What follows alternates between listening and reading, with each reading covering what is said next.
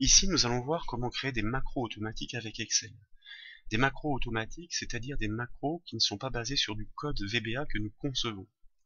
Le but des macros dans Excel est de pouvoir automatiser des tâches redondantes. Illustration avec ce tableau qui représente des fruits qui chacun ont un poids dans la colonne poids. Comme vous le constatez, il s'agit bien de valeurs numériques, seulement ces valeurs numériques ne sont pas formatées avec l'unité de mesure kilogramme. Le kilogramme d'ailleurs est un format qui n'existe pas dans Excel.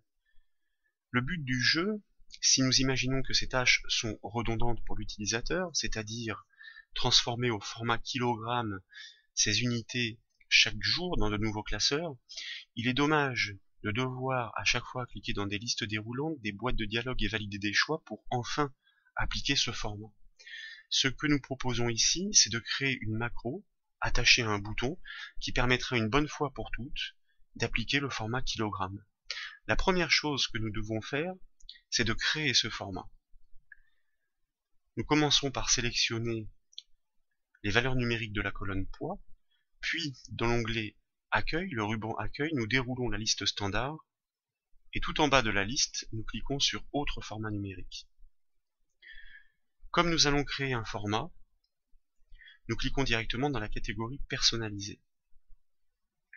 Nous allons emprunter un format numérique classique d'Excel, celui qui est sans décimale, les 3 dièses avec le séparateur de milliers et le 0. Les 3 dièses indiquent que les zéros au préfixe, s'ils sont jugés inutiles, ne sont pas affichés. Par exemple, 0,7 serait affiché 7. Nous avons donc un format numérique classique auquel nous voulons rajouter une unité de mesure. Nous cliquons donc dans la zone type, nous ouvrons un guillemet, nous tapons un espace et nous tapons ensuite notre unité de mesure. Il ne nous reste plus qu'à valider. En effet, nous avons bien transformé notre colonne poids en kilogramme. Si vous consultez la barre de formule, vous remarquez qu'il s'agit bien d'un format numérique, puisque la barre de formule n'affiche pas de texte. Si bien que vous pouvez tout à fait réaliser des opérations sur ces valeurs numériques, comme une somme par exemple, et vous constatez que ça fonctionne. Maintenant que notre format est créé, nous souhaitons une bonne fois pour toutes l'associer à une commande automatisée, c'est-à-dire une macro. Pour ce faire, nous devons cliquer dans un onglet qui s'appelle l'onglet Développeur, qui n'est pas présent ici. Nous cliquons donc sur Fichier, nous allons régler les options d'Excel, et dans la rubrique Personnaliser le ruban, nous allons choisir ici d'afficher l'onglet Développeur en cochant la case, puis en validant. Vous remarquez que cet onglet est désormais présent. Lorsque nous cliquons dessus, il y a une rubrique qui concerne les macros, dont le bouton Enregistrer une macro. Le principe d'une macro est de simuler les actions que nous souhaitons que le bouton reproduise par la suite. Ça veut dire que nous allons montrer à Excel comment appliquer un format kilogramme maintenant qu'il existe. Nous cliquons sur une cellule arbitraire car nous ne souhaitons pas que Excel enregistre cette action. Puis, nous cliquons sur le bouton Enregistrer une macro. Dans la boîte de dialogue qui s'affiche, Excel nous demande tout d'abord de donner un nom à cette macro, ce que nous faisons. Dans les noms, évitez les espaces et les caractères spéciaux. Excel nous demande d'enregistrer la macro soit dans ce classeur, soit dans le classeur de macro personnel. Nous allons conserver ce classeur. Si nous l'enregistrons dans le classeur de macro personnel qui est le modèle, ça veut dire que cette macro sera disponible dans toutes nos utilisations futures d'Excel, ce qui est conseillé, si vraiment il s'agit d'un bouton que vous souhaitez utiliser quotidiennement.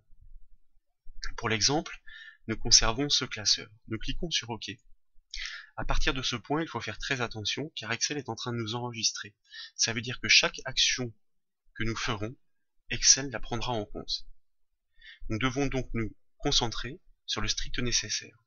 Nous devons mettre en forme une cellule au format kilogramme. Pour ce faire, nous retournons dans le ruban Accueil, nous déroulons de nouveau la liste standard, nous cliquons sur Autre format numérique, nous retournons dans la catégorie Personnalisée, et tout en bas de la liste, nous retrouvons notre format kilogramme que nous appliquons directement à la cellule.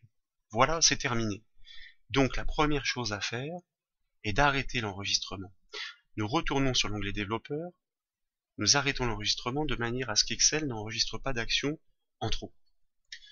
Néanmoins, comme vous le remarquez, notre macro n'est disponible nulle part. L'objectif est de pouvoir créer un petit bouton qui nous permette d'exécuter ces actions.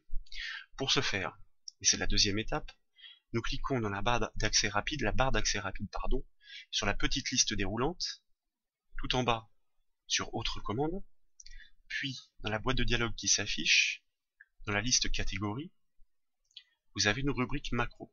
Quand vous cliquez dessus, la liste de vos macros apparaît celle que nous venons de créer, format KG. Il convient de l'ajouter avec les boutons de la barre d'accès rapide enregistrer, annuler, rétablir. Nous pouvons même lui attribuer avec le bouton modifier une petite icône spécifique dans la liste de celles qui sont proposées. À vous de choisir. Vous cliquez sur OK, vous validez une deuxième fois par OK. Désormais, le bouton apparaît bien dans la barre d'accès rapide. Si vous sélectionnez vos données numériques et que vous cliquez sur le bouton, vous remarquez qu'en un temps record, toutes vos cellules sont basculées au format kilogramme, ce qui est beaucoup plus confortable et beaucoup plus rapide que de devoir de nouveau dérouler la liste standard dans le ruban accueil pour aller choisir autre format numérique, puis la catégorie personnalisée, puis recliquer sur le nouveau format et enfin valider. Pour information, une macro, lorsqu'elle est créée de façon automatique comme c'est le cas ici, est associée à du code VBA. Vous pouvez le retrouver pour vous instruire, pour l'apprendre, en cliquant sur le bouton macro de l'onglet développeur. La macro apparaît dans la liste, ici nous n'en avons qu'une. Lorsque nous la sélectionnons et que nous cliquons sur le bouton modifier, vous constatez que nous basculons dans l'éditeur de code visuel basique, et vous remarquez que ce code est très simple, puisque en vert il s'agit de commentaires, seule une ligne retranscrit toutes les actions que nous avons faites pour appliquer le format kilogramme.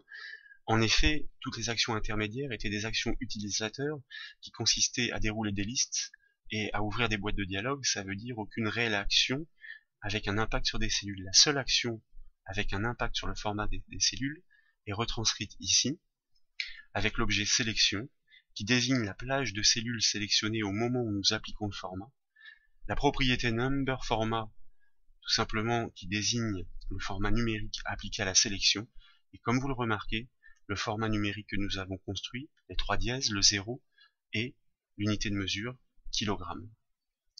Voilà, pour une macro automatique. Donc il y a plein d'idées de macros à concevoir de la même façon.